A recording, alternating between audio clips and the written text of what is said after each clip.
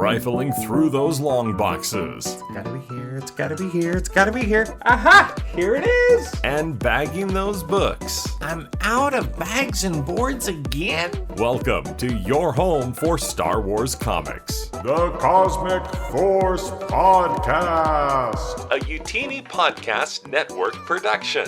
And now, here are your hosts, Parker Kirk, Caleb Lamanek, and Jacob Bosch. Hello, and everybody. Welcome back to the Cosmic Force Podcast. We have returned. It's going to be a different experience than you may or may not be used to. Obviously, you probably noticed right off the bat, I'm new to the scene here. My name is Parker Kirk. You may recognize me from the YouTube channel. If you follow us on Instagram or follow us on TikTok, you may recognize my face from there. But I'm going to be joining the full-time hosting crew here on the show, as well as taking over the producer duties. But you guys don't want to hear much else from me. You're probably way more excited to hear from the two returning co-hosts, the guys that I have the absolute pleasure of sharing this show with for the foreseeable future. Let's start off and let's connect with our walking encyclopedia, the man himself. Jacob, how are you doing? I'm doing pretty well. Excited to be back. I've done my circuit of Youtini shows in the past, 2 months. I was on Living Force a week ago. I was on Legends Look Back recently. I've been on Star Wars Archives. I had a Patreon special. So I'm happy to be back in my home with the Cosmic Force. Although I'm not in my actual home, I am in a hotel room for the summer. So super scenic views only. But it's, out of town. Had some time to check out some new local comic shops, look at their back issues, and I'll just show off a few things we got. We got a Princess Leia variant from her miniseries of Phil Noto art, looking nice. Nice. I had the A cover of Quest of the Jedi, and I saw the B cover, so I figured why not? God, it's so nice. We got a Target Vader #1 incentive variant with some nice Valance sketches. Hadn't seen this one before, so why not? That's really nice. And then Storms of Crate. So we recently found out that the last half of the 2015 Star Wars comic run, written by Kieran Gillen and Greg Pak, is getting an omnibus finally. It's been heavily requested for years. This one shot was not in it, which basically means it's never going to be collected anywhere. So saw that at the store the other day and figured why not. And then Star Wars 2015 #4, kind of random. But it is the first appearance of Sana Starros. It's not worth anything, which kind of honestly surprises me this late in the game, but I figured why not? So, it's been fun checking out comic book stores that are new to me in this area. So, yeah, excited to be back. That's really cool. That's really cool. Good to see you. Good to have you back. Now, of course, we have another co-host, Caleb. Caleb, how are you doing? Our resident dungeon master. I've been doing great. While Jacob was doing his comeback tour, the kind of reintroduction, I've been working on something on the back scenes for the Patreons here for a little bit, and I'll be co-running that for a while. But no, it's been great. I took a lot of time off of this break to catch up on a lot of other comics. I reread One Piece again. I did a lot of going through a lot of other spaces. One of these days, I'm 100 issues into Invincible, so I'll actually be finishing that off maybe in the next couple of weeks. So no, it's been great. It's kind of nice to take a step back, but now that we're ramping back up, I've dived whole hog back into Star Wars and oh yeah, these are actually really, really good comics. So, and these are really, really good co-hosts. I'm real excited to be back with the both of you. And yeah, I think it's going to be great. We're looking forward towards kind of a slightly different, a more leaner show here, but we'll talk about that in a bit. But no, it's great to be back. Yeah, no, I'm really excited to be here. It's cool to see, even though we took, a 9 to 10 month break on this show, it's a good thing we did, apparently, because if you were going to take on reading One Piece, then you were going to need about that much time to get it done. I'm reading One Piece myself, and I'm only 150 issues in. Holy crap. First of all, incredible. Comics podcast, right? So we can talk about manga. Incredible series. If you've ever not looked into it, probably should, because if you're into manga at all, anime at all, it's an incredible story. But yeah, no, guys, I am extremely excited to be here. For those of you who are joining us for the first time, welcome. If you're a return viewer, welcome back. The show and the show structure have changed around a little bit for some people who may have been paying pretty close attention to us as we took our hiatus. We are back. We're going to be full-time as we go now, but that means something a little different than you may be used to. In the past, we were a weekly podcast. We're going to be moving to a bi-weekly format, and we're no longer going to be a live production. So what that means is look for us on every other Wednesday now here moving forward.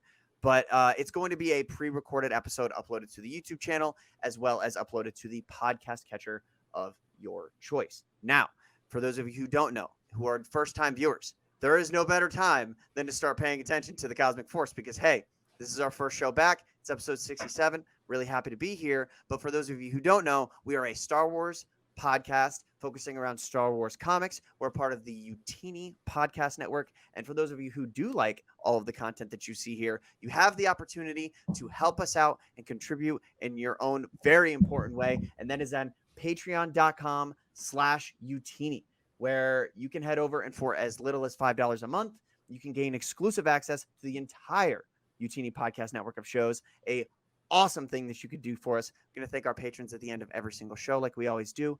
And so if you want to head over there and support what you're seeing here, that's what you can do. It. The Youtini Podcast Network is expansive. It has a bunch of different shows that may or may not be on our YouTube channel, things like Star Wars Archives, things like The Living Force lives there as well. We have an MCU podcast. So if that's something you're interested in, head on over, and it's going to be an awesome benefit for those of you who love to contribute to the content that we create. Now, guys, it's been a long time. And I know we got into all of the different things that we've been doing over the entire show, or at least the show's absence. But what's something like, what have you guys been reading? Like, I know Caleb, you already mentioned One Piece. Jacob, what have you been reading on this long hiatus? And if you say nothing really, I'm just not going to believe you. Well, so this hiatus did basically coincide with the entirety of the High Republic Phase 2. So I read all that, Yeah. Crimson Reign, Hidden Empire, all that stuff. Outside of comic books, I am trying to finish. I'm going through my backlog, and I want to read every canon YA and adult novel. It's probably not going to happen this year. I'm like, I got like 20-ish, a little bit less than that, in the bank. So I've been kind of going through. I'm like pretty hit or miss. Like my reading will be like, I'll read like 5 books in like 2 weeks, and then I'll read 1 book in 5 weeks. So right now I'm on Last Shot is my current read. I'm not like going in any particular order. I'm kind of like just going around, see what suits me. But yeah, so doing Last Shot, getting ready, trying to make sure that's all done before we like get to Rise of the Red Blade later this month. So, or next month. I remember really liking Last Shot a lot, but like, if someone asked me like what was all about, I'd be kind of like, I feel like you can have Ocean's 11 with Han Solo a little bit there. Yeah, that's the vibe.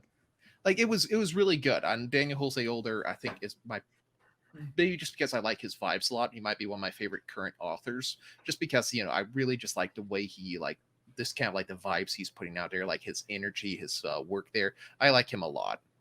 It is interesting because like he definitely has like, I've like talked to a few people about this. Like he has like, a very unique vibe to his writing. Yeah. And I feel like so far, I've read all of his other stuff in Star Wars. So far, this is the most vibey of all of his things. Like it is, it's like, a lot of his other stuff can be like a little silly or goofy or like, just energetic, I guess is a good way to put it. And this is like, I feel like of all of those, this is like the top of that list. Yeah, no, so my first introduction to DJO was Midnight Horizons, and I hadn't read High Republic Adventures. So I was very lost. Wow. Yeah. So I actually DNF'd the book, at least for now, when I first started reading it. And I remember, but it was so, part of the reason why it was so jarring to read was because having read, first of all, when I read the High Republic Phase 1, I read it all in like a month. So reading all of the High Republic Phase 1 and then ending with Midnight Horizon, the vibe was so different that it was like, what's going on here? And I actually dropped a message in the Youtini Slack channel, and I was like, hey, am I missing something? And they're like, yeah, you're just missing like an entire series of comics leading up like to 15 comics, comics, and like a couple one-shots. Yeah. So I guess the cat's out of the bag here. So moving into kind of one, and I'll get back to you in a second, Caleb, because I do want to know what you've been reading book-wise recently. But now that I hit the topic real quick, I'm not So what I would call a complete newbie when it comes to Star Wars comics. I've definitely read Star Wars comics. I've read several issues of Star Wars comics, several arcs, several entire runs. But I'm definitely not as well versed as these guys are. And we kind of thought as a team at Youtini that it would be a good perspective to bring, because not everybody who reads Star Wars comics has read all of them, or at least as many of them as some of the other hosts on this show, Jacob and Caleb.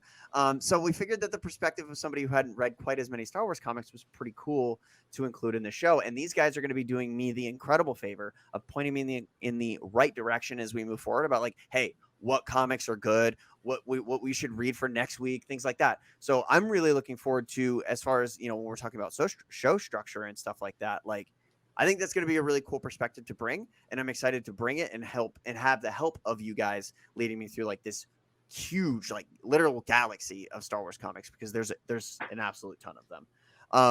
But now that that's out of the way, Caleb, what have you been reading print wise without the pictures? Well, okay, this one does have a lot of pictures in it, but it is kind of print. And this is kind of, we were talking a little bit about Patreon shows and what we're going here, but this is the revised core rule book for the D20 system. It is like, my brother got this back in like 2005 or so, 2003. I don't think episode 3 was even out at that point, and it's this based on what's on the cover, this looks probably between 2002 and 2005. This was a revised edition. The very first edition of the D20 system they put out was just for just episode 1 had just come out, so they put out this one to coincide with the release of episode 2, Attack of the Clones. I remember reading this book like, I'm going to use this word, and I mean this literally, religiously, as when I was a kid. I was like read all this like cover to the cover like 7 times. Like, I was all over this rule book here. So going back into it, because I'm going to be running a system through it, it's like, oh yeah, I remember all of this. And also a lot of this is like, oh wow, that was a interesting design choice they made here. So it'll be interesting to try to run that soon. But that was like the big like Star Wars thing I'm reading right now. Now, Parker, you're going to appreciate this. I just on the drive home today finished up part 3 of the Mistborn second book. So the book 2, part 3, so it looks like I'm about halfway through. So I'm going through the Mistborn trilogy kind of slowly right now. Well, the first trilogy. Well, I have to ask, what do you think? It's good. It's good. Like, we not to get into the character specifics here too much, but like we have our like kind of our main one of our 2 main characters here. Like, he's such a nice boy, but it's like, why are you making all the nice boy decisions? Like, if you just keep your stupid mouth shut, you would be in a lot better spot. But no, you got to do the honorable thing and blab. Yeah, it's good. It's good. It's a like, if you haven't gotten into fantasy, Brandon Sanderson is a really good spot to do it. Like, I feel like he's probably like the most prolific fantasy author, and like there might be other fantasy authors who are better wordsmiths or like make objectively better things, but I don't know, like it's hard for me to recommend anyone other than Brandon Sanderson, if only because he has such a breadth of works. Yeah, no, so getting into like things that I've been reading, because luckily for me, I get to recap my entire life of reading and my interests now, instead of you guys go over like 9 months. Brandon Sanderson is easily my favorite author, period, end of story. And like, for those of you who also read the Cosmere, I have a Mistborn tattoo, and the light from my window is going to block it out. But yeah, there it is. There's my Mistborn tattoo. That's a symbol for steel. I absolutely love Mistborn. I'm so excited. There's several people in Youtini right now reading Mistborn, and it just makes me get like Eric messaged me the other day, and he was like, I just finished my 7th Cosmere book. And I was like, I'm so excited. Like, this is awesome.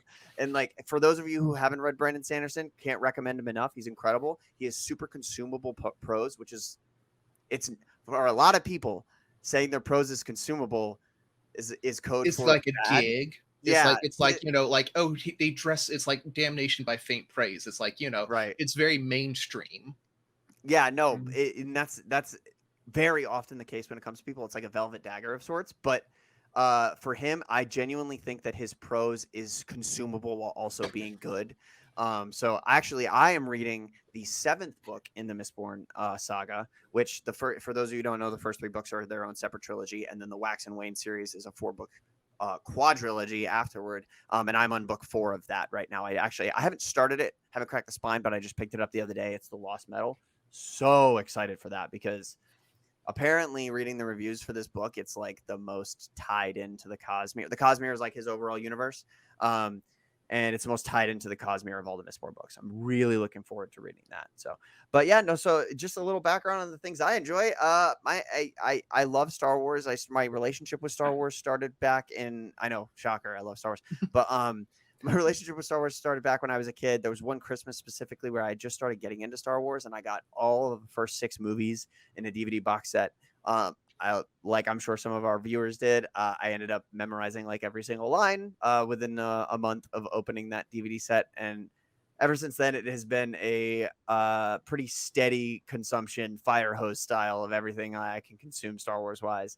The 2 Star Wars books that I had in my house at the time were, to this day, some of my favorites are Labyrinth of Evil, which I made a YouTube video about. It's incredible. I love it. And then Cestus Deception, which is one of my like low-key sleeper favorites in all of Star Wars literature, just because I love the depth that it goes into with the ARC Troopers. So my relationship with Star Wars is long and storied, and I'm really excited to expand it by getting into the comics more than I already have. Like I said, I've read certain things, like I've read Vader 2017. I'm working on Vader 2015, but getting into the I would say like more niche recommendations, which it's not really niche if they're coming out, daily. And I'm realizing that not daily, but they're coming out concurrently with the show's release. They're not really niche, but for me, they're not like the mainstream series that I'd heard of. And it's really cool to be getting into them with you guys. Like for me personally, I was a fan of the show before it went on hiatus. And then I joined the team at Youtini, and now here I am. I find myself on it, and I'm super excited about that. But I read Lando based on recommendations from this show. So You're that's welcome. awesome. Yeah, I appreciate you, Caleb, because that Lando miniseries is so good. It's so good. But yeah, no, so now rolling kind of into the meat and potatoes of today's show. Now we've caught up a little bit. Guys, we're talking about Vader Black, White, and Red. Issues 1 through 3. 3rd issue just came out recently, and I'm really excited because as I was reading this, it's pretty unconventional, I would say, like as Star Wars comics go, especially like for those of you who are members of our Patreon, you may be intrigued to know that at least here in the near future, we're going to be releasing the couple pilot episodes that we recorded for this podcast. And one of them was on Sana Staros, and the other one was on Yoda. And having read now both of those in conjunction with the rest of my Star Wars comics knowledge, this 3 issues of Star Wars comics are very unconventional as it pertains to like the normal layout and structure. So like, I'm excited. Exactly. Before we jump into this, should we talk about really briefly what the show looks like? Because if you're an old listener, you'll probably recognize that Vader Black, White, and Red is not a comic book that has been finished for like 2 months, which was kind of our old MO. We would do usually one round table for a book that had been done, or an arc that had been done basically by a month at that point, and then talk about artists for episodes, talk about writers for episodes, some other stuff.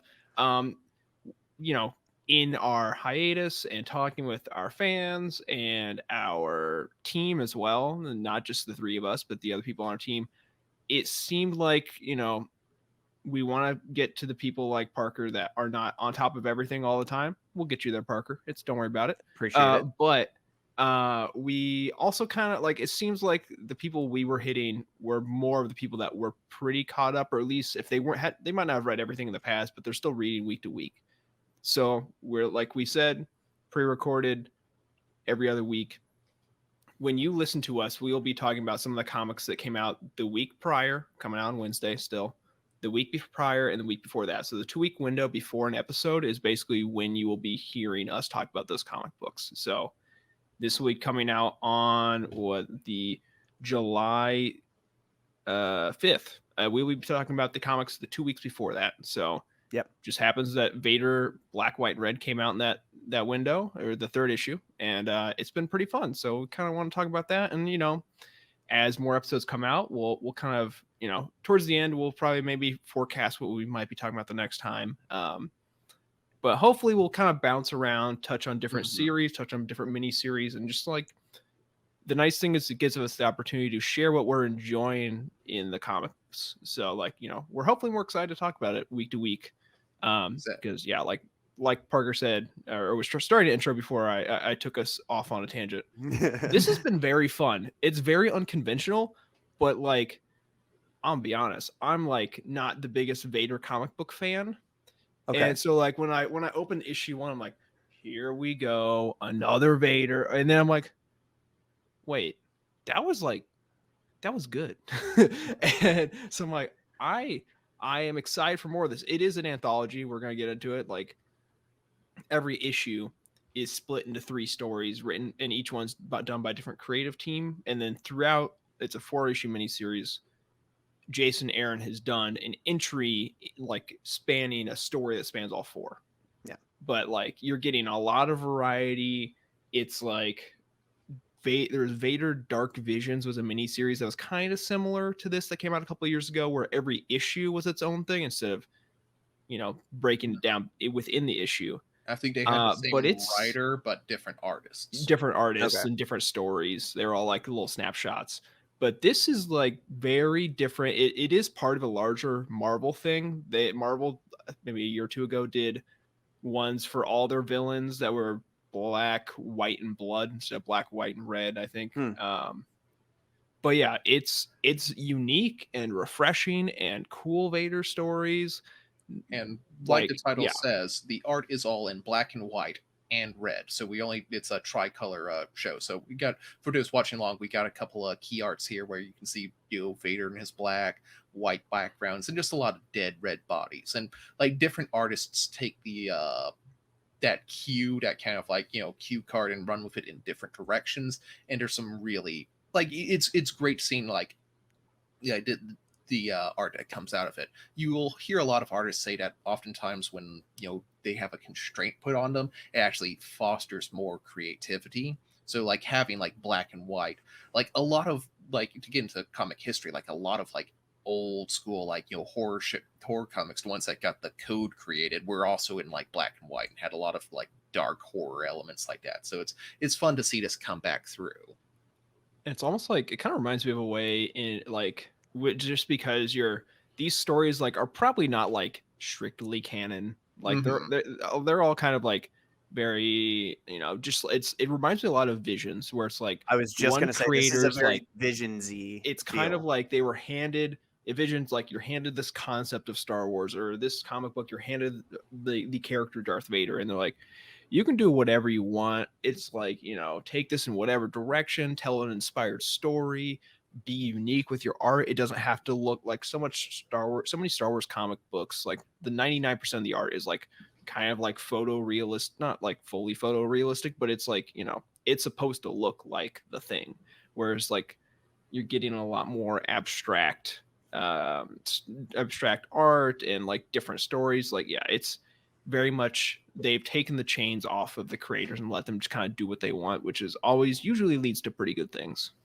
Yeah, no, I was really glad you brought up Visions, because it reminds me a lot of Visions, not just because the color palette is so similar to Ronin, which I love Ronin. It's still, I think, probably my favorite of all the Vision shorts in seasons 1 and 2. But yeah, no, it's actually cool. I think that this couldn't have been done in any other way than they did it. Like, I don't think that if they used the same creative team and just told them write a bunch of different stories, that it would have come out as well as it did. Because honestly, like the differences in the art styles and stuff like that lends a certain continuity to each individual anthology or part of the anthology series that like gives it this separation between the stories that is really cool. And also it makes it super consumable. Like if you sit down and read these comics and you only have time for 10 pages because you're like me and you have 2 kids and you have to fit your reading in when you can do it, I think this makes it like way more consumable than maybe even your average comic, which are already pretty consumable in nature. Yeah, like I reread them before the show today, and I'm like, because I think they might have a slightly longer than average page count, like 33 pages per issue. Yeah. So like, they're like a little bit longer. I'm like, I'm gonna be here for like 45 minutes reading all these, and like, no, they go quick. Yeah. Especially because like each one of them, pretty much every single story has like a pretty decent sized action section of them. And naturally, like those, as long as you're not sitting there, like, and of course, a lot of people do read this way, but for me personally, not that I skim the action scenes, but like I get the information from the panel and then move on. So it moves pretty quick. And they don't have to establish who Darth Vader is. Exactly. Yeah. There's no not that there's no character development, but there's very little that you haven't you're not already on board with. Yeah. And a lot of the like it is interesting, kind of again like comparing a little bit to Dark Visions. It's similar where you're having a lot of these characters and these stories you are looking at Darth Vader through the lens of another character watching. Yeah. So like the regular civilian, the Imperial, like whoever's around is like experiencing the like threat or the like force of nature that is Darth Vader. There are some that are like definitely like more like keyed in on his POV. But yeah, like you're kind of like learning and like kind of getting to know that like a side character, and then Vader comes to town and we kind of see how their world changes. Yeah, no, it's really cool. And one thing I think is awesome, just one quick point I want to make is in each story, you get to see each creative team almost get excited, work themselves up, and then do the big Vader splash panel. And like get to do this awesome shot of Vader doing some Vader stuff. Caleb, you had something you were coming with. No, I think that sums it up pretty exactly here. But I think it's time instead of talking in generals, let's start breaking it down kind of section by section here, right? Yep. Okay, so we're going to start off with the hard shutdown storyline, and that's what we referred to earlier. That's the one by Jason Aaron and Leonard Kirk. This is kind of the through story here. So we've only seen, this is the only one that we don't have a conclusion to yet. So maybe Vader will make it out of this, maybe not. Who knows? So as a quick summary, Vader is kind of facing down the son of the man who built Vader, who built his armor and his like prosthetics, the person who, at the end of episode 3 probably designed everything that was into the Vader suit. So, I said just the through series of this whole system, this whole arrangement here. How do you guys feel about this one? Like, there's some really great artwork. You definitely see Vader kind of struggling a lot here, but just because someone built the suit and the attachments for Vader, does that mean that same someone can take Vader apart? Okay, so in the short answer, no. Exactly. And when you read the comics, it's like it becomes pretty evident. Obviously, we're talking about Darth Vader here. Like, he's the most. I feel like, and now this is also coming from my abbreviated somewhat knowledge of the Star Wars comics world, but he's such a comic book character that it's insane. Like, he's the most like gets killed and comes back to life multiple times character, I feel like, in all of at least recent Star Wars comics. And you can see that a lot in this storyline, this through line that we've had in all 3 issues. Like, it seems like Vader, when he's in comic form, is like 20 times more powerful than any other media we see him in. Oh yeah. Like, it's like once like he goes, like, he's powerful in like the movies, and then maybe he's a little bit more powerful in the TV shows. He was really powerful in that video game in Jedi Fallen Order, but even in Jedi Fallen Order, it doesn't even like come close to who he is in comics. Like, in comics, he's like Superman. He's insanely unstoppable. Yeah, like it's like kind of like probably like my one fault with all these stories is, and it's not even like it's not anything to do with these writers. Like, they can't do anything. It's just like Vader can, in comic book stories, can be such a tank. It's like the Superman problem, where it's like, how do you threaten Superman? And I don't think, just because of like the movies and the fact that he can't die in these stories, like it makes it worse. Where it's like it's very hard to find ways around that and to like act like challenge him in a way that feels like it has stakes. I have enjoyed like the Jason Aaron story. It's super cool because I think this is his first thing back writing Star Wars since he did the 2015 mainline. Oh wow, yeah. So like it's great to have him back. Like, I think he does really cool, like does something really cool with the story. It's like taking kind of elements of Dr. Silo from the Vader 2015 series, who Parker's probably kind of experiencing now if you haven't already, and then also in the current Vader run, you get another kind of a bit with IG-88 where he also is like presses a button, shuts down Vader's armor. That also did not go well for IG-88, spoilers. But it is like kind of cool, like being like, okay, he's like, Vader's like a god amongst men. He has crazy powers. What is his, like, if there is a weakness, what would it be? And besides like emotionally going after him, which some characters have tried to do, like the fact that he is kind of supported by a robot body is probably like your next best shot. Well, yeah, and I feel like this is kind of like a big meta point here, but whenever we see like people try to take out Vader, they like there's two main archetypes. They target his suit, like, oh, he's a robotic man, so we need to hit him with ion weaponry, or we need to hit him with like droid shut-offs, as we saw in this one. Or some people like, oh, he's just a man, we just need to poison him or shoot him enough. Like it seems like there's always two camps of like robot versus man, and we always see like neither one of those can succeed because they don't ever like two people never combine those two options there. They're always targeting, oh, I know his one weak point, and they try to do that. And I feel like that's fun because like the one time we finally see him defeated is that his opponent targeted the one thing no one else knew, the fact that he was a father. Luke said, you're my father, will you help me? And like no one else was able to like target that weak point, for lack of a better term. Yeah, no, I think that the thing that happens here is one of those things that always happens in like comics as a whole, especially in comics that have like on-screen tie-ins. You're never expecting someone to kill off Darth Vader in a 20 some odd panel short story in issue 2 of a little miniseries. So there's, like you said, there's sometimes like that lack of stakes, but one of my favorite things about all these stories is what they do is they put the stakes elsewhere besides like Vader's life. They put it in all of the different emotional connections that are very close to him. Like Padme gets name dropped in this series, and other things like that the people in the room with Darth Vader are always in danger of their lives, and I feel like that's where the stakes tend to live, even if they're Imperials, even if they're on his side. Absolutely, yeah. So I think that they did a great job. While the stakes aren't necessarily life or death when it comes to Darth Vader, they did call back to characters that we're very familiar with, or at least somewhat familiar with, and put their lives on the line simply from being in the room with Darth Vader, which I think is a good decision that most of these creators tended to do. Absolutely.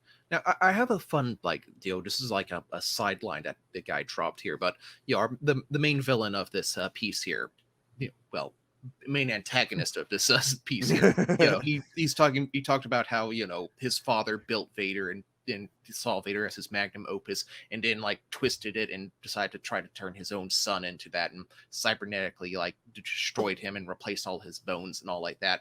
Like, do you think this is like a really like meta question, big question that you might not have the answer to, but do you think his father was that twisted and evil before he built Vader, or because he came in to Vader and Vader came into his life, do you think that twisted him from that interaction? Like, does creating a Sith Lord turn you into a worse person? Like, creating the body of a Sith Lord. I think, wow, that's a really good point to make. So I think if we had zero precedent before, I would be way more inclined to just be like, oh no, he was probably that twisted before. But we have, like, if you in Vader 2017, we've seen people be strongly influenced by even just clothing items or a mask that is really close and important to a Sith Lord. And we've been exposed to Darth Vader enough times now in different mediums that we know that he's such a pure like vessel of the dark side that I think that's a pretty plausible, scenario that this doctor is like not that twisted of a guy, just kind of doing his job for the Empire, creates Darth Vader as we know him, and then that just completely twists him off the rails. Yeah, no, that's, I guess I like mentally, like when you pose this, I took it a bit of a different way. Like I kind of, it's almost like Tantalus, like he's like created like Darth Vader, this like, I guess the perfection, the primo cybernetic killer mandroid thing, and now it's like, okay, well, like I can't, like, Vader's gone, like I'm never gonna interact with Vader again, but like how could I like try and achieve this again? And he never can. But just like kind of always like trying to like chase that unobtainable goal. It also like kind of in a way like reminds me a little bit of like Thanos with like a Nebula or whatever, right? Oh yeah. Or like like kind of like trying to like craft and like tweak and manipulate your child to achieve some sort of greater goal in a way that is, very outside the traditional parent-child loving relationship. That's a really good way of putting that. So yeah, I can't wait to see where the last part of this goes. As I said before, I sure hope Vader makes it out of here. But, I really hope. I don't. It's, okay, but long it's up in the air. like quick aside, do you think was it Silo? Do you think our antagonist here is going to survive, or do you think he'll somehow escape? Like, that's really the only question. I believe he is probably very dead. I think he's dead. I think I could be surprised, but I don't think we've got anyone so far in these 3 issues that has legitimately gone against Vader. If he wants to, he has killed them all. The only ones that have survived are the ones that he did not care to kill. No, that nobody's nobody's safe.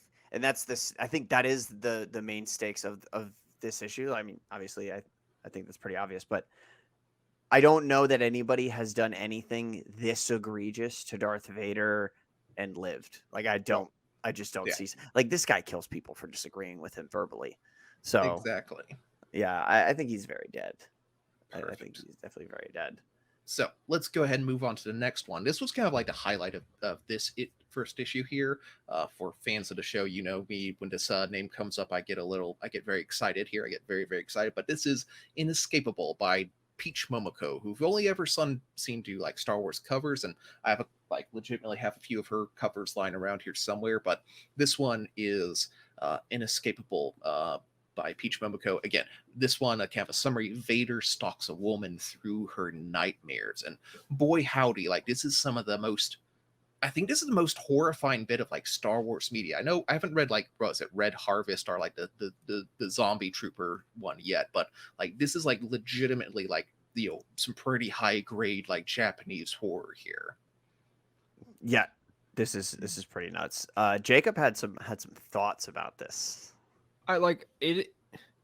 Okay, first off, before I forget, before this leaves my mind, Caleb, if you haven't read it yet, the High Republic Phase 2 manga, also very horror-y. I haven't gotten around to that just yet. It's very good. Anyways, 2 manga references in the same episode. Who are we? We're the new Cosmic Force. This, I think I agree. It's very good. It is. I think it was not served as well being in the first issue of this because it's a fever dream. It's very again, beautiful art, conceptually very interesting. There is not a single word of dialogue, and it is very, very just abstract. Peach has this idea and crafts it through the art, but it's almost not even a story. It's hard to describe what it is without someone actually consuming it. But it's super interesting. I don't know that it was the best thing to have in the first issue because again, every issue has 3 stories, with the first one being the Jason Aaron continuation. I think Peach does is one of those creators that sells covers and sells issues. That probably doesn't hurt. But I think to try and get people in the door, maybe it would have been a better thing to have 3 stories that are just traditional stories, if that makes sense. Whereas if this came in issue 2, it's okay, this is a really cool individual experience of the 6 I've read so far. Whereas if it's 1 of 3, it's oh, whoa, okay. But again, I love it. I just think maybe editorially it was maybe not the best decision to put where it was. Just save it for issue 3, and probably literally anywhere else. I think, anywhere that's not issue 1. Yeah, I personally I liked it a lot in issue 1 because it kind of gave us a really wide scope of what we can expect from this sort of thing. Yeah, that's a good point. That's true. I enjoyed it a lot. It I'm not the biggest horror person. I don't read things, but I'm going to name drop Junji Ito here. He's a very famous Japanese horror mangaka. But you can kind of tell there's a lot of that because he's really good, and you see a lot of this here in her art of this kind of anticipation page of there's a lot of build up, and then you literally flip the page into it's a sudden an entire page of just an entire close up of an eyeball here, and it's it's like, oh, it's like a big shock sort of thing. And you've seen Vader with like his normal face mask is actually now a skull. Like, oh, it's so good. Like you flip the page and you get entire like close up of that and go and you realize it's made out of bones and it's like so horrifying. It's some really good body horror stuff. I really enjoyed this a lot here. Now, again, we can't really talk too much about the story here because it literally plays out like a nightmare. But I just throwing this out here. Do you think the main character, this like female that we see being chased by Vader, do you think that could be Leia? My canon, my like head canon for like what the story is like it's someone that like some random normal person in the galaxy that experienced Darth Vader once and it absolutely shattered their reality. Like they saw like one of these other stories happen and like just like they could not cope with what they like witnessed and now they are having fever dreams of like him haunting like their every like nightmare. Oh, absolutely. That makes sense a lot. I kind of like part of it is she kind of looks like she has like the white jumpsuit, the long dark hair. Like maybe it's trying to like indicate that, Leia, who is also the daughter of Vader, being like stalked by this darkness in her own nightmares. Like, I haven't seen like any interviews about this or anything from her. So maybe this will be something that we'll never have a conclusion to, and I'm okay with that personally. Yeah, no, I think I'm kind of with Jacob on this.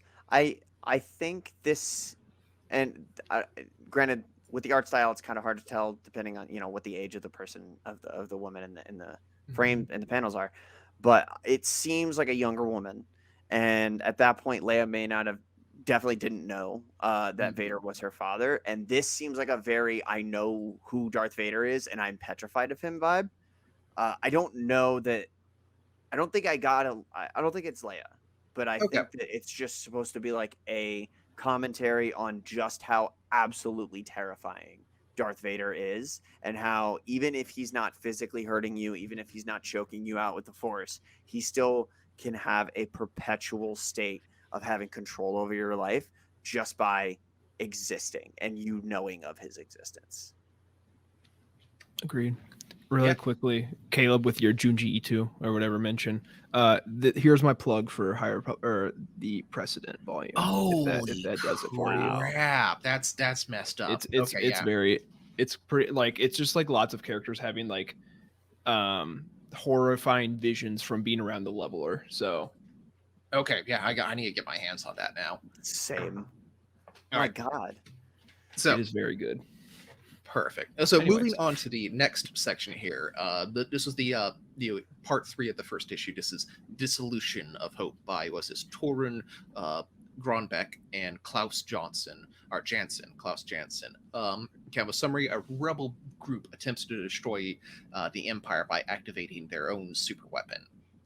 This was a pretty good one here. I feel like it was like maybe a little overshadowed by the other two here. Like it didn't have like the story, the overall story of the first one, or like the insane artwork of the second one, but it's just kind of a good sort of like, hey, Vader is like a looming presence throughout this story. Like I like how he's name dropped in like the first panel, but he doesn't show up until like the last 3 pages, and then it's like it's all over by that point.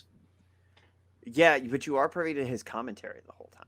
Exactly, and it's not like you don't realize that is Vader and his commentary until like the very, very end. And I do like that sort of reveal. I think that the context of it being in Vader, Black, White, and Red, like you're supposed to deduce that this is Darth Vader. He understands what's going on. He's analytically breaking down every single panel that we're seeing and like has an explanation for all of the actions that are happening. And finally, when he does show up, it's super impressive. And it's just like this guy's playing 4D chess against people who are playing checkers.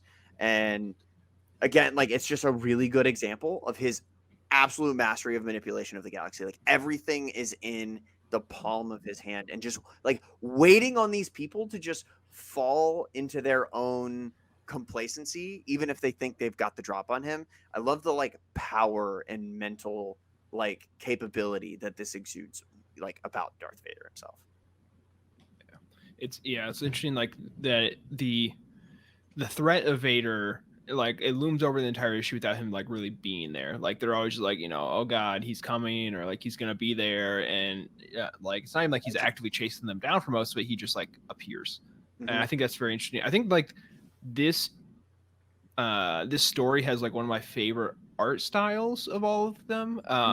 It's like super interesting because like it's kind of a blend of styles. Like the backgrounds and the scenery is like very like 60s 70s comics. Like I looked it up. It's the oh God, what's it called? I put in my notes. Ben Day dots, like the old style comic books where like it's all the little because that's how they mosaic dot framed it. style. Yeah, so that's the background, and it also plays into the foreground a little bit with the coloring of the black and the red, but then like the characters look almost like more manga style, like they have especially strong outlines.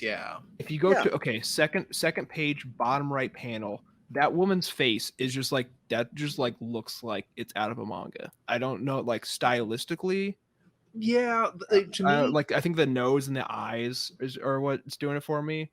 It's a very interesting blend of like the backgrounds, the scenery, all this stuff looks like 60s and 70s like Western comic books, but the characters themselves don't really blend with that style. This might sound really weird, like a really weird pull, but this reminds me of like the 1980s, 1990s, like cheap, not in a bad way, but like cheap, like black and white role-playing game supplemental materials. Like, these are someone's like these characters have like character sheets to go with them. So when you play a one shot, you can play like the heroic hero or the conniving scientist, that sort of thing. It's like they can't look like maybe they can't have that action hero design to them. Yeah, I like that, and I love that it's like almost like comics for comics sake, for like a lack of a way to describe it. But I find it funny that like it's such an integral part of the comic genre that not only has it made its way onto the screen with things like Into the Spider-Verse and stuff like that, and animation styles as they're currently evolving, but it's so integral to comics that we're hand drawing these things now that were just a product of the printing process back in the day. But then also modernizing it a little bit, like you said, like there are manga vibes to these characters. Like in the panel on screen, the character in the bottom right, the like stitching and stuff like that. Like I know we get that in other comic books. Like I don't know, like you said, the lining and things like that around these characters. It's kind of manga, kind of more modern, but we still have like almost in his like shoulders, you can see all the speckling and the dotting. Yeah, and almost like blends of like Archie comics too. In some, it's like it's hard to describe what's going on like visually. I'm a dumb guy. I don't know how art works, but like it's just like just to look at it, it's just like such a, I guess like the style captures me in a way it's hard to describe. Nice. But I like it. Yeah, this isn't my first personal favorite art. We'll get into that in a little bit, but we got to do a couple more steps here. So the next one here that we want to talk about is an issue 2, The Endless Mercy by David Pepos and Alessandro Vitti. Vader and his stormtroopers board a ship called the Endless Mercy with a missing scientist and her biological weapon. It's like, not to spoil anything, but it's essentially Darth Vader versus the alien queen. It's just but they board the ship and there's just a bunch of red aliens that slowly start to turn people and eat his stormtroopers and turn them into fellow biological monsters. It's just Vader destroying them and being captured, and it's kind of a parallel to what we talked about earlier of how in like the overarching story we have someone saying, Vader, you're a machine, I will defeat you by shutting down your machines. Well, this one, there's a moment where the alien's like, I've infected you, you're a man, so now your body will belong to me, your fleshy human body will turn into my cohort here. But like neither one of them realize that he has the power to force. Sorry, go ahead, Jacob. I was like, I think we were talking before the show. Parker, did you say this is your favorite story? Yes, this is my favorite. Same. It's like, it does definitely fall trap to the like Vader's an ensemble tank, even though he like definitely seems defeated. And it's like, whoops, he still loses, guys. Don't worry, or he still wins. Yeah, this is art from it. It is like Caleb mentioned the Peach story being body horror. This is like body horror taken to 11. I think like it's just like visually super cool. Like it's just like a metal story. Like, Oh, yeah. and yeah, no, it did it for me. Yeah, I don't know. We don't really see this kind of story in Star Wars very often with like these like real like, I mean, there's the Nameless and the High Republic, but like these really kind of like terrifying like monsters. Yeah, and I don't know how common it is. I know it wasn't in Vader 2017. I haven't seen it yet in Vader 2015. But Vader doesn't get unmasked. Like that's Mm-mm. not a thing in Like Star Wars I wouldn't media. be surprised if this is the only time we'll see it in this entire arc here. Yeah, 100%. Or this entire series. Yeah, if we see him get unmasked in the next issue, I'll be mildly surprised. So it took us 3 movies to see Vader's face, and it was one of the bigger reveals in all of Star Wars when it first happened, to see Sebastian Stan playing Vader. We get that here, and like that has weight to it just for the fact that we don't see that very often. The gore is what really sticks out to me in this series. Like it is unabashedly very bloody and very gory. I mean, you can kind of tell here. This just kind of looks like a web of really gross stuff. But like people's heads are getting crushed and blood is splattering all over the place. And like this is a pretty gory story as it stands. So that's part of the reason why it's my favorite. The art in general is basically why it's my favorite, but also the fact that it gets so close, like just on this line of the humanity of Darth Vader. And you finally see how, like in the previous stories we've seen, you know, they try to beat him with his robot capabilities, and Caleb, you touched on that this is how they try to get to his humanity, and it's just impossible. You get so close to him, like he can't breathe, he doesn't have his helmet on, he's still talking, he's talking crap basically, like still. And the fact that they were able to go so close to this line and show how desperate the situation should have been, and yet he's still pretty much completely in control of it. Yeah, that's what makes this the story for me. It's awesome. Yeah, I also really love the kind of like at the beginning, it's very restrained with like, again, we have 3 colors, I guess really 1 if you want to be technical about it. It is very restrained with its use of red at the start of the story. Like you get like the buttons on Vader's chest, his lightsaber, and a few like blood spots. And then it's not until we get into like the monster. Like the monster is the use of all the red. And like it kind of like slowly transitions of black and white, red, and like all red as we get like more into like the monster kind of like taking over the focus of the story. So I thought that was kind of like a super cool way of using, like, again, like Caleb had mentioned, like that artists can do like some really cool things when you put like restraints on them. And like they took that restraint and like kind of even furthered it for themselves of like trying to really only use the red when it made sense for like the story and for what they were trying to convey. Yeah, absolutely. Like for those of you who are watching the video version, on screen here is the first, or I think this is technically the 4th panel, but it's the first page of the Endless Mercy. And the only red we have is the red of his lightsaber. But then when you move on and you get to the later parts of it, it gets so much more gruesome. Like in the last couple pages, like instead of having to black space, it's just red. He just puts red out the viewports, and it's a great.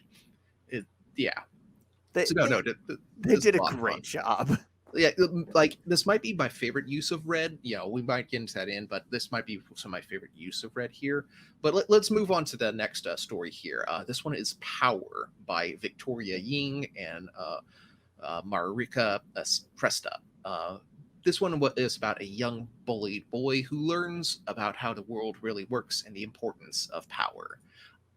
This was definitely like a like for the first couple of pages, I'm like, oh no, this poor boy and his family, like I can't like I don't want to, but I can't, like it's going to happen, that something terrible is going to happen and Vader's going to come into his life and mess it up. But it's kind of nice because it actually like almost flips that sort of thing at the end. Like Vader does come into his life and, you know, shows him, and the little boy at the very end sees how like intimidating and powerful Vader is and how he gets results, and he looks up to Vader and gets this biggest smile on his face, like, oh wow, that's what I want to be like. And it's just like such like, Cam, to touch on what we talked about earlier, like Vader came into this poor boy's life and now has probably twisted him in a really bad way. Yeah, no, 100%. It's one of the creepier things in all of these issues, I think. It w- maybe it's because I have kids, but like the innocence of children being twisted because, and we mentioned it earlier. We mentioned it when we were talking about the terrible with names, the one that actually spans the entire series. But Oh Vader yeah, twists all of the people that he's near. Like he has this effect of turning not necessarily turning everybody to the dark side, but the fact that this beautiful child, this young innocent child, sees Darth Vader and has such a reaction of like enthrallment in his awesome power. It's scary. Like it hit me. I was like, oh my God. Like I had to do a double take on this panel because I was like, oh my God, there's no way that this kid is like smiling at Darth Vader. like Right now. do I have to get rid of all my child's Vader merchandise? That's what I'm saying, man. Like I just got the Darth Vader Lego helmet. I haven't built it yet with my son. I don't know if I'm gonna build it with my son now. Like this Like, is like dark, dude. should my child idolize and be? Is this his hero? Yeah, like God, it's such a, again like for the video user, for the video watcher, excuse me, video listeners. This is those panels right there. This child is just it's so scary.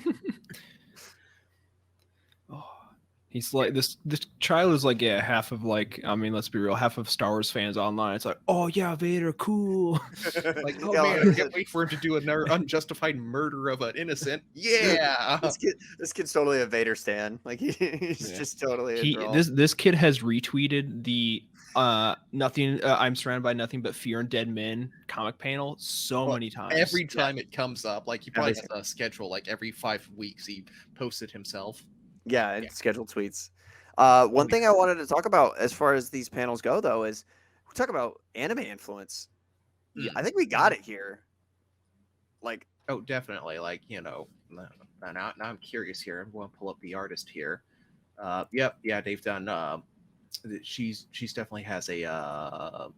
They definitely have a pretty major manga tint to a lot of their artwork, and that's great. It's fun to see.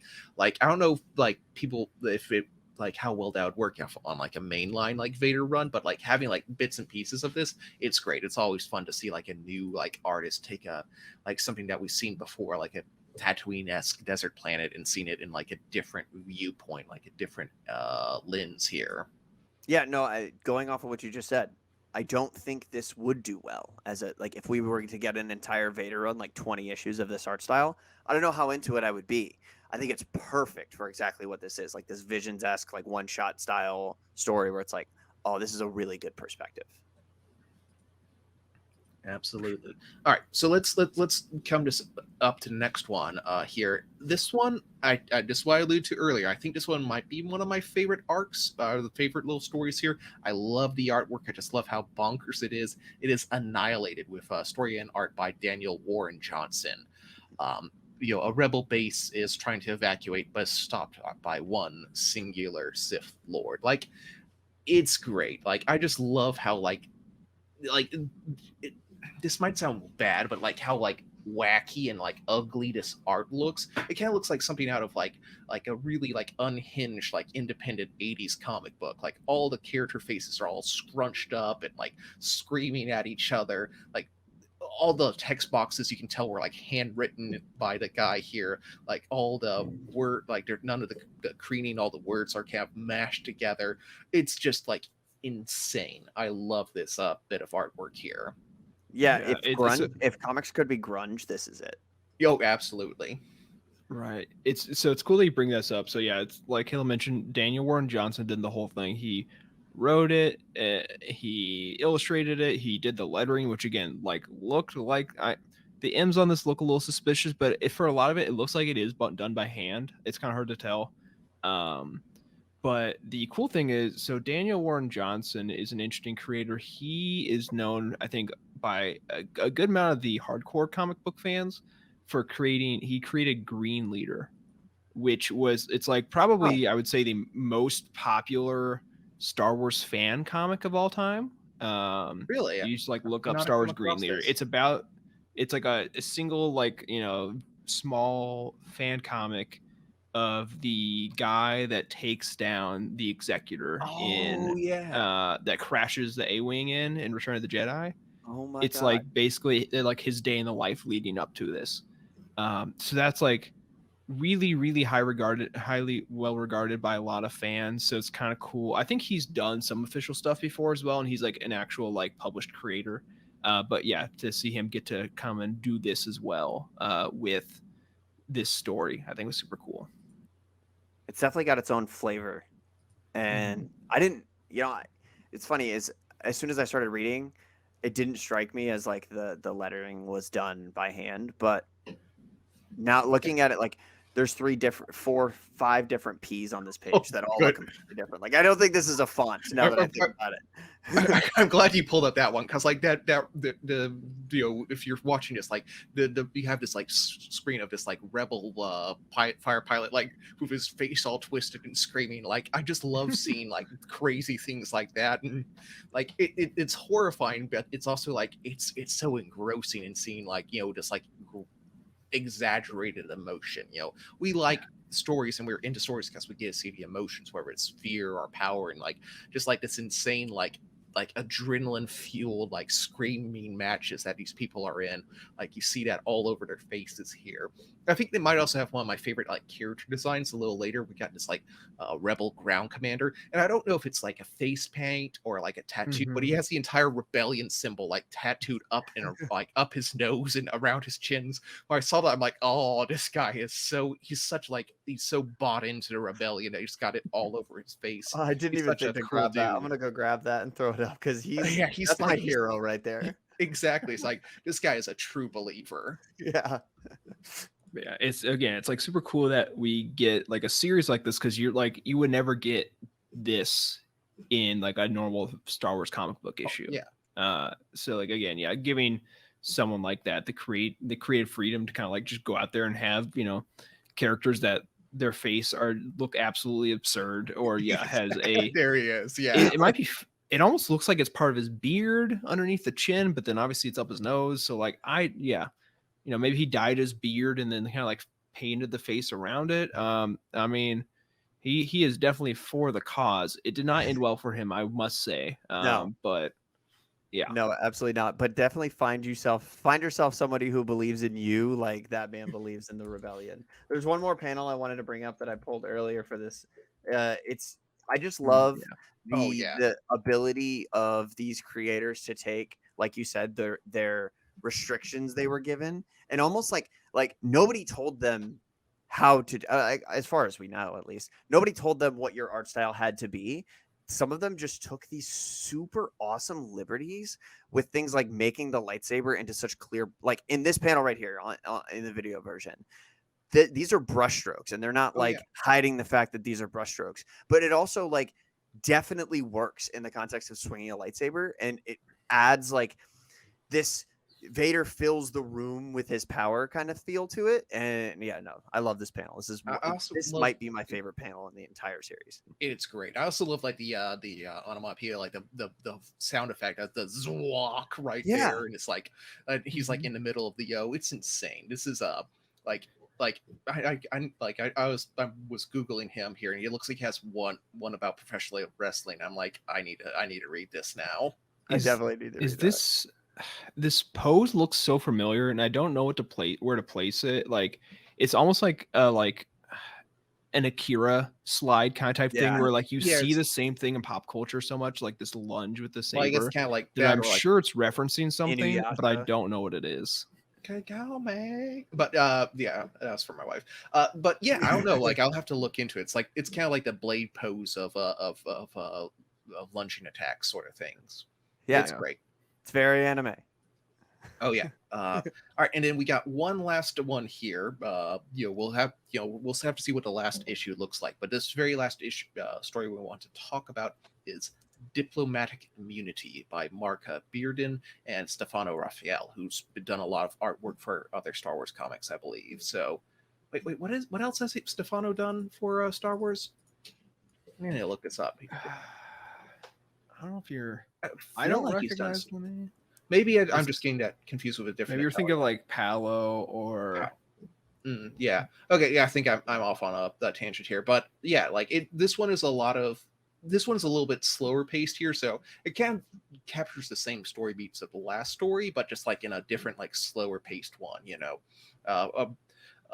Was it a staff officer is called up by Vader to be his personal diplomat and pilot for a mission. So it's kind of like this like fun mounting horror where he calls in like this lieutenant to serve as his pilot, or and then they brings her out into like a planet. It's like, land here, like, oh, this is your home planet, Lieutenant. You'll be my guide here, as he just slowly begins like just decimating a local rebel population, and then finally revealing that he knows that not only has she been an agent, like a rebellion agent, but now he's going to be his double agent. It's just like such a great like power move for Vader, like willing to destroy like an entire city just to turn one agent to his cause here. Yeah, no, I showed this panel earlier. We were talking about Endless Mercy. I didn't mean to. This is actually during the double agent arc. But I love the fact, just to be petty about it, I love the fact that now she's a triple agent, and she totally was like, "Just don't kill me, please. I'll go from being a double agent for them to being a double agent for you. Like, this is totally fine." Mm-hmm. It's great because like they're at the very last thing, he's like, okay, that's your family's home. This will be the last time you will ever see them again. Like, say your goodbyes now. You work for me forever. It's a very interesting comic. I really like. There's been a few that I've read recently, where it's a cool comic to read twice. Where like you have one perspective going in. Like you kind of like, I think, you start to pick up where the story's going before you get quite to the end, but like to be able to go back and like re-examine it through the lens of knowing that this character the whole time is a spy trying to hide things from Vader, and having to watch him destroy all these people around her. Cause like when you first go through, she's trying to play it off as like, oh, it's just some rebels, it's fine. And then you realize like, oh no, it's probably like, she might not know these rebel agents. She might have nothing to do with it, but like she's not a like heartless Imperial. She like probably does care about all these people around her beyond the family that he uses to like finally make his point. Like this is her community that she grew up in, and having the context of knowing, like going into that second time, knowing that she's a spy, I think it makes it much more interesting. Yeah, I think it's cool because even just innately while reading it, she doesn't know that he knows her ties to this planet. Mm-hmm. Or at least that's what it comes off as. And then he very quickly is like, oh no, there's a reason I asked you to come along with me here. And it's cool to see that, like, that's the reasoning. Like of course, Vader's always 10 steps ahead. Exactly. And speaking of 10 steps ahead, it kind of drops an interesting thing here. She says that he doesn't want the alliance wiped out. He wants it pruned. Like, this might be the first time we've ever saw this here, but Vader apparently he wants that wartime, like, economy. He wants that wartime, like, pressure on all the time. Like, he does, like, and that kind of makes a degree of sense. I've never thought about this, but he, like, it makes sense that he, like, he wants to have someone to keep fighting. He wants to have someone to keep challenging him, and to justify him getting in his TIE fighter and blowing up a dozen untrained bush pilots every now and again. Yeah, no, absolutely. I just love the fact. One of my favorite things about all of these stories and Darth Vader in general is just his general ability to be. I've said 10 steps ahead. I've said 40 chess. Just he's better. He's him. He's better than everybody. It's so cool to see him just be this god of war. Like nobody is getting one over on him. And I know that's something we talked about earlier. That is like, okay, we know Vader's going to survive this, but to a certain extent, like. The stakes exist because there are no stakes. Like the stakes are, what is he going to do here that is going to blow my brains? And he just ends up doing it in every single episode. It's so cool. And the art, I got the last panel for that last story right here on the screen, and it is, oh god, it's so cool. The art is so good in all of these. Oh yeah, UCD executor like reflected in his like eye lenses here, show off like the might of the Empire. It's some great stuff. You could put this in a poster. 100%. I need a disc plate of that. Like I've got bare wall space. I need a disc plate like right here of this. Absolutely. And that is the last story we have out so far. The next issue is going to give us the conclusion to Jason Aaron's story, a story from Frank Thierry, who I don't think has done Star Wars before, and Steve Orlando, who he did one of these shorts or one of the stories from the Life Day one shot. Yeah. Which Oh. one? Just pulled it up and I closed it. He did, I think it's called Paid on Delivery, which Okay. is Was that the Han Solo think- like big? I think it's the Han Solo fight. one, yeah. Group fight one. Interesting. Yeah. So, that'll be exciting. Yeah, I think this has been a pretty cool series. We are getting a interesting, because they did this with the other like Marvel Black, Red or Black, White, and Blood. Black, White, I and think. Blood. Yeah. Black, White, Instead of doing a trade paperback, they have started, or at least initially they do treasury hardcovers, which are just much bigger and more expensive, of course. And then they'll do like trade paperbacks later. So we'll see if that is the case here as well. But yeah, does anyone else have any final thoughts on Darth Vader, the first 3 issues of this series? We kind of got into everything that I had. I just want to point out, like, the fact that we were able to get, and we've seen Darth Vader and Darth Vader regarding dreams and depicted the dreams and things like that before, but just the amazing peach art in the Fever Dream was just one of my favorites. The fact that like the undescribable terror that someone can feel just by knowing Darth Vader exists. I love him. And the only other thing I had, I mean, we talked about it so many times, so I don't want to beat the dead horse, but I love that we got to see a bunch of very excited artists do very short stories that was able to build so quickly. It's almost like you got it was like waves crashing on the beach, like again and again and again. You got these really cool Vader moments. Exactly. This might be like I haven't thought about this too much, but I think I like this series a lot more than, maybe not a lot more, but I like it more than Visions, the Dark Visions one. I do like the Dark Visions, but I feel like I like what they've done a lot more. Like, I don't know, just like the as I mentioned before, the black, the white, and the red. Just like having the artist like, hey, you have 3 colors or like 3 options here, and just like seeing how they use that. Each artist uses that in a different way. Some people use it just as a primary color. Some people use it as a gradient. It's just amazing. There's a lot of really fun sort of things, and you can go back and reread them as much as you want. Reread your favorites. Just read the ones that if there's some that you didn't care about, reread it again anyway. It'll take 11 pages. It's great. Yeah, sure, 100%. Well, yeah, no. So I appreciate you guys joining us for our discussion of Vader Black, White, and Red. Now, we do have things coming out because this is comics, and like we said, we're going to be talking about stuff as it comes out nowadays. Jacob, could you potentially take us through some stuff that's coming out soon? Yeah, so I guess we'll really quickly go over the other things that came out in this window. So we had Bounty Hunters 35 came out a couple weeks ago. Very cool issue. It's, if you're looking for a jumping on point, that's a pretty good one. The team has kind of been shaken up. Boba Fett's there. Cool stuff happens. Dirge is back for people that care about that. Oh, nice. So yeah, it's a pretty good jumping on point post Hidden Empire for this series. Mandalorian, the season 2 adaptation started with issue 1. That's fun. It's an adaptation. It's if it's anything like the season 1, it'll be a very, very faithful, very just like by the book adaptation. So it's cool to look at, but nothing too crazy. Dr. Aphra 33. She's currently on an adventure with Luke Skywalker, which is pretty cool in her run. And then today, as we're recording this, Finally. So a week ago, the High Republic Adventures had issues 6 through 8 drop on one day. I have never in my life seen a comic book drop 3 issues on one day. This is due to all the publishing delays they've had over the course of this series, but this is the end of High Republic Phase 2.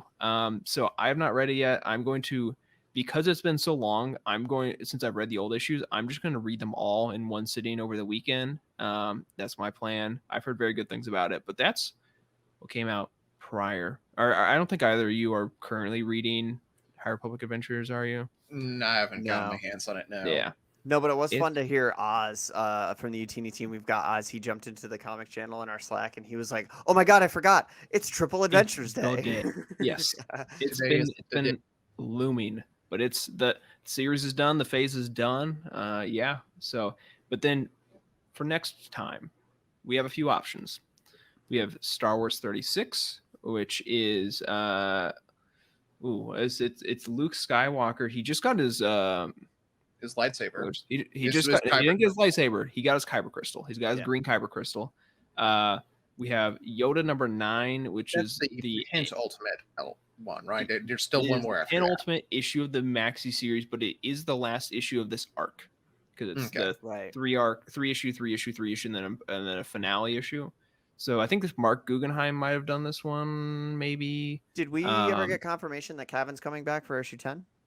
I'm pretty sure that's correct. Okay, cool. I'm excited. But so Yoda number 9, we have Darth Vader 36, which Afra, like all the characters are crossing over a lot. So Luke is Luke's in Afra, and Afra is in Vader. So we got Darth Vader 36 with her, and then another Bounty Hunters issue. So those are maybe our options. We'll discuss. Yoda number 9 is probably the easiest one to just like hit that arc. It's not I'm gonna be honest, it's not been my favorite one so far, but it's a cool Clone Wars story.